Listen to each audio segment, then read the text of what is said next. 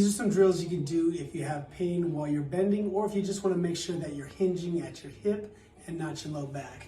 So we're going to start off in this position here and just focus on the hip hinging back and forth. So as you go down, the hips are going to drop back towards your heels.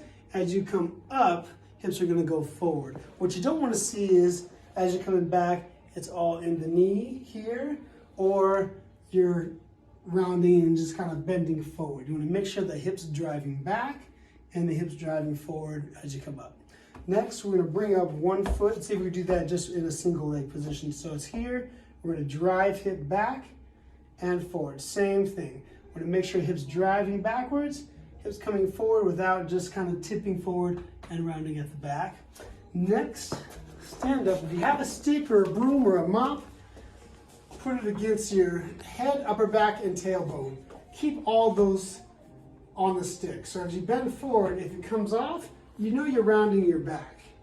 If you can keep all those three spots on the stick, you know you're keeping your back in a decently neutral position.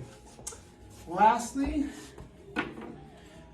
go ahead and bring one foot forward. Pretend you're about to have a race. You're going to drive the hip back, and you're going to allow chest and head to go toward the floor. So right like so. All the weight's going to be on the front foot.